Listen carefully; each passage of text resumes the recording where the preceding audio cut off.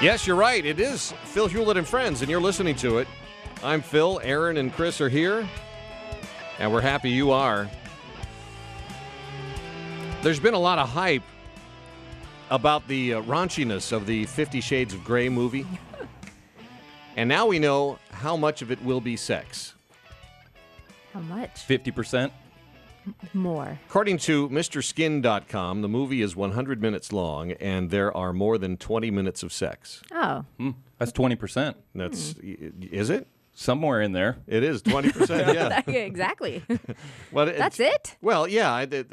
Are you shocked? Kinda. Not that I didn't read the book, but I don't know. There has to be some story around it, though. Why? Well, see, I'm just kidding. that's more sex than all 18 of the mainstream R-rated movies that came out last year combined. Oh, well, okay then. And that makes it the raunchiest mainstream movie since the 2004 drama 9 Songs, which was 75 minutes long and had 41 minutes of sex. Did you see that movie, 9 Songs? I've never heard of that movie.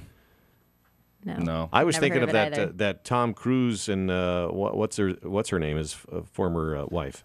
Katie Aussie, Holmes? No, the former. The right, Aussie, yeah. Aussie gal. What's her name? Nicole Kidman. Nicole Kidman, yeah. Yeah. What was that movie? Oh, The Eyes Wide Stanley Shut. Kubrick movie. Eyes Wide Shut with Tom Cruise. And, Wasn't that mostly yes. sex? Yeah, that was a weird movie, Yeah? too. Very strange. Right, okay.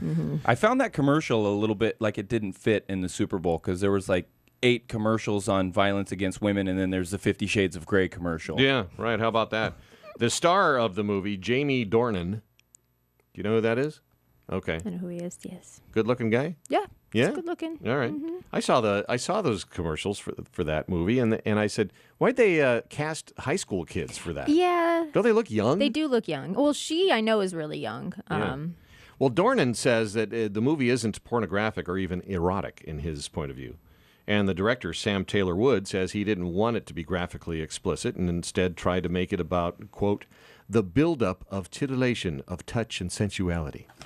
The movie's either going to be good or it's going to be horrible, and then it could really hurt both of their careers, I think. Yeah. This is that kind of situation. Oh, like the Showgirls for, yes. what's her name? Elizabeth Berkley. Yeah, Yeah. that's that kind of movie. I think even the lead actress had said something about that she wasn't wanting this to be her Showgirls. So Wait, Fingers crossed. Showgirls didn't help Berkeley's career? No, it didn't. It took 20 years for her to be on Dancing with yes, the Stars. that's right. To dig her way out of that? That was her next gig, Yeah. Yep. Oh, I love that movie. I think. Did you?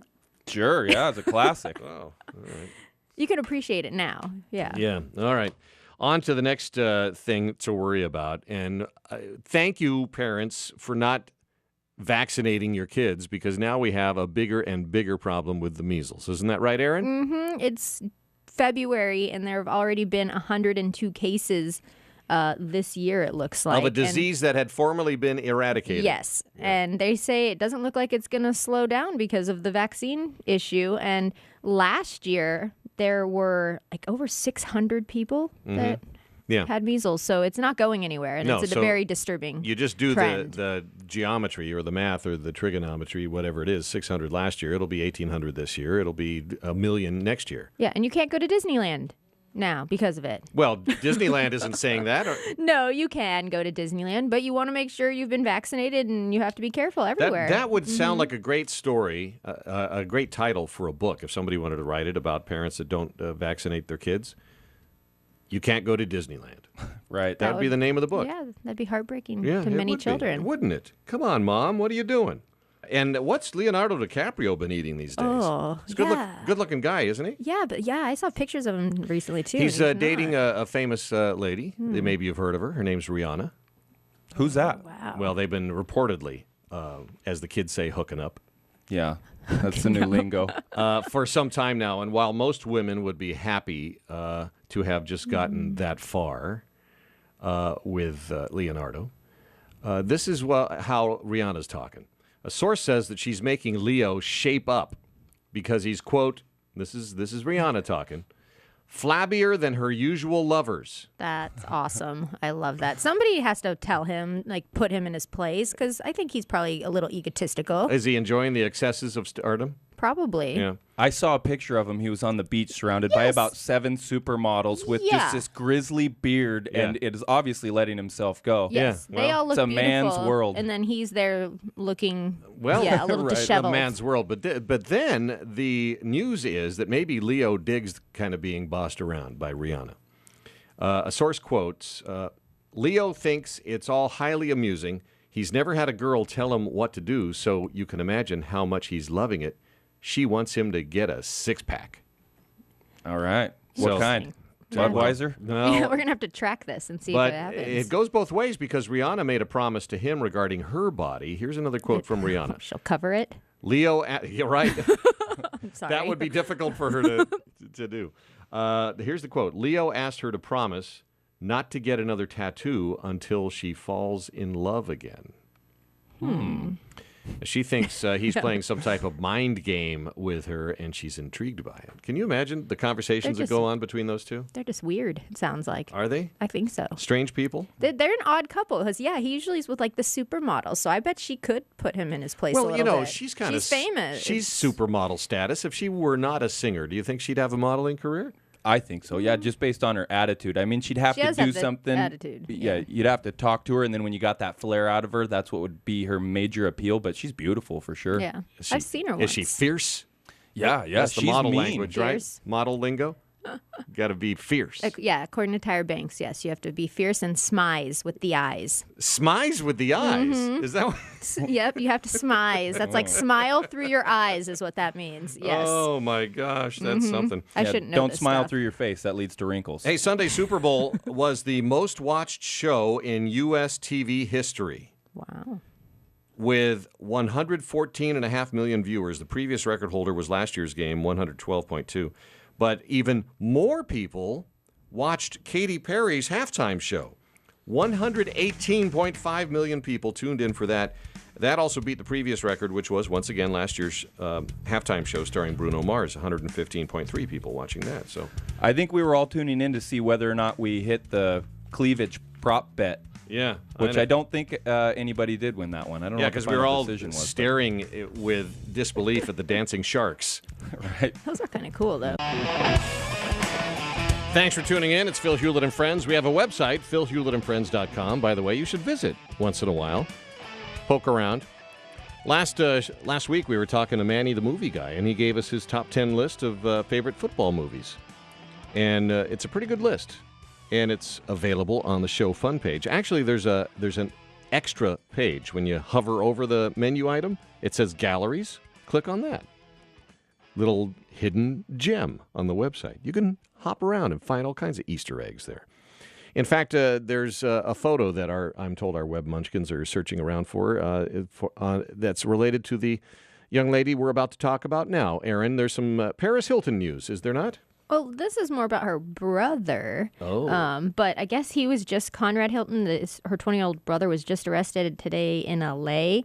for going crazy on a flight back in July. And apparently he was yelling at flight attendants and saying things like he was going to kill people and rip through people and that everyone on the plane was peasants and that he could own all of them. And he was so out of control. Apparently they handcuffed him to his seat, and his attorney, Robert Shapiro, just said that he had taken a sleeping pill before the flight and he wasn't himself, and saying that, there are cases where sleeping pills have adverse effects on people. But I believe that. He did go nuts. I believe that. You know why? Because it's difficult for me to wrap my head around an heir to the Hilton throne being that type of a guy. You'd think he'd just be so nice and courteous to everybody. Really? Yeah. Oh, okay. Yeah. No, I'm just kidding. Okay, that's why I'm like, really? I think it falls right in line with that whole Like- line of Hiltons and Yeah, their like- behavior. Okay, yeah. So we'll see what happens, but he was arrested. Yeah. All right. I thought you were going to bring up Paris I'll let Hilton's you, breast you were augmentation. excited about that one. Yeah. See a picture like that. Yeah. Well, see, that's the picture we're talking about. Now, what happened? Did she actually get a little enhancement over the weekend? It looks like it to me. I mean, we've all seen enough pictures of Paris Hilton over the years. She was on a reality television show Yes. back in the day, and she's been in the news so many times. Now she released this selfie on Twitter, and then that gets picked up by a bunch of news outlets, and it looks like to me she's had a little bit of work done. Yeah. Well, And I'm looking at the picture right now, and apparently, yes, she has. Just for research. She has, for research purposes only. She has had a little bit of work done. You can confirm. I can confirm it's a rather a lot amount of work done. Phil's expertise. Yeah. Well, no, I mean, look, Paris Hilton has, as you pointed out, Chris, not been afraid to show off the body in public. Mm-hmm. She's done the Carl's Jr. commercials where she's washing the car, getting all bubbly and there was that other car commercial where she's just dancing around in a car. And of course, we wouldn't be talking about her today if she didn't have a sex tape. For goodness sakes, too. That's right. She and Kim Kardashian. Not that she necessarily had anything to do with that, but she had something to do with it. But the fact that it got out there, she participated. Yeah, yes, right. She was. There you go. She knew the video was rolling. Mm-hmm. What she didn't know, as far as we know, was that it was going to go public. You always know, I think. But look, she became a big TV star because of that. That's the kind of role model our young ladies are looking for these days, right? I want to be famous. I'm going to make a sex tape. Yeah. Yes. Maybe not. Maybe not. Hey, Chris, we didn't discuss the Super Bowl, and I think Tom Brady, who is the now four-time champion, the same as Terry Bradshaw and Joe Montana, should thank the quarterback of the Seattle Seahawks for basically giving him the victory. Yeah, you're talking about Russell Wilson, and I think that Tom Brady actually gifted him that Chevy that he won for being MVP. He just said, you know what, Russell, why don't you jump in this thing and drive out of here? I appreciate everything you did. Yeah. But yeah, the Patriots did beat the Seattle Seahawks 28-24 after a miraculous interception in the final seconds of the game. I was in a room full of Seahawks fans, so it was a shocking moment. Yeah. Yes. Were you surprised? I mean, they with a running back like they have, and they had 2 yards to go and 2 downs to do it. It was a no-brainer. The guy's hard to tackle as it is. He gets, what's the average? 3.5 yards a run, something like that, maybe more. Probably more, probably closer to 5. And he is a beast. That's why they call him beast mode. And yeah, I mean, I guess I'm sort of surprised, but as an offensive coordinator, they were trying to catch him off guard. I get that whole excuse. Didn't work. Yeah, and if it would have, we'd be talking about a whole different story right now. It wouldn't be a big deal, but because it didn't, you have to ask, why not hand it off to your prize running back? Yeah. I mean, the guy's a stud. He just ran 6 yards to the half-yard line, barreling through Patriots. Right. I mean, go win the game. And what are folks in Seattle doing today? They're probably just, it's already depressing to live up there. Isn't that what we're told? People are depressed up there because of all the rain? Yeah, exactly. Rains a lot. Yeah. So now what? I mean, they should have had a back-to-back, and that doesn't happen very often in history. I sat there and watched the game with a friend who is from Seattle, and she was very upset. But then she said, well, maybe they need to learn a lesson. So, right. And that's exactly what Pete Carroll said. Yeah. He said this is a hard way to learn a lesson. I think that they're still in a state of depression, Yeah. But, all credit to the Patriots, too. They played a great game. Tom Brady deserved to be MVP because of how he played. You don't like Tom Brady? No, he's too pretty for football. What do you mean too pretty? He's too pretty. He looks like he should be like walking a runway, in menswear versus throwing a football down a field, and it just irks me for some reason. I don't know why. Would you rather take him out of the uniform and put him in the underwear, or would you rather just kind of beat him around the head a little bit? Yeah, maybe break his nose, like punch him in the face and make him a little more like violent with it. Not for violence, but just to give him that kind of like, oh yeah, I play football look. Yeah. Well, a little bit of other football news. Cleveland Browns quarterback Johnny Manziel has entered rehab today. He has admitted himself voluntarily after telling his friends and family he may have possible dependence on alcohol. Oh, wow. Oh. So he's trying to turn his image around as well. Johnny Rehab. Johnny Rehab. That was a song from the 50s, wasn't it? Yeah. Johnny Rehab. Johnny Angel. Oh. Johnny Angel. Yeah, he's taking it upon himself. He said, I need to stop looking like a jackass and be accountable for my actions. So he could be in there for 30 to 90 days. Oh, my gosh. A little self-reflection. Yeah, all right. Well, then, here's the thing.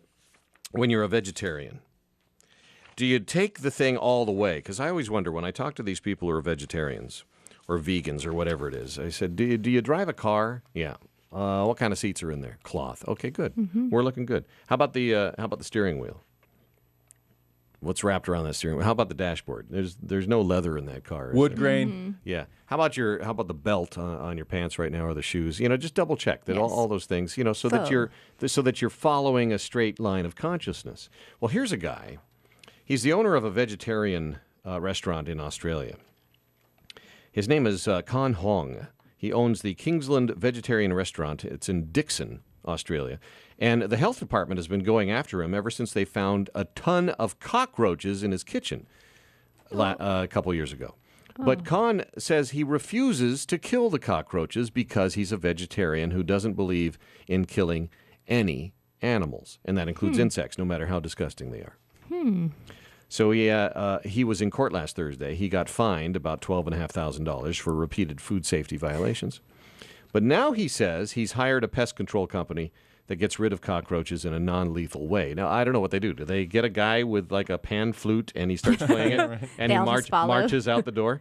That'd be cute. He says his restaurant is still really popular with vegetarians and vegans who apparently say, yeah, don't kill the cockroaches. They're on board with him. He did the right thing. Yeah, I guess they're happy with all of that, aren't they? Ugh. Cockroaches. Yeah. Got to bring in the cockroach wrangler. Yeah, all right. This one's for those who we'd never things that we'd never recommend you do in this situation, but it's great when someone else does it and it works. 3 Chinese contractors were on a mountain road in Albania, okay, when 3 guys with guns swarmed them and demanded their money and their phones. But the robbers didn't realize that these 3 Chinese dudes happened all to be great martial arts guys, and I guess that means they, so they took care of business because all 3 of these guys, they had mad martial arts skills. That's awesome. Sounds like something right out of a movie. Yeah, It's awesome. No, I agree. Right out of a movie that sounds something like this. No. Hi-ya! Wah! Yeah. Yeah. Yeah, there we go. Like that. That's what it sounds like. Your version was good, though, Chris. Oh, thank you. Yeah. This version's not bad either. Hey, thanks for listening to the program. We're at PhilHewlettandFriends.com. You can leave your comments there. Thanks to our executive producer, Mike Stark, our producer, Brooke Peterson. For Aaron Myers and Chris Martin, I'm Phil Hulett. Can't wait to talk to you next time on Phil Hulett and Friends.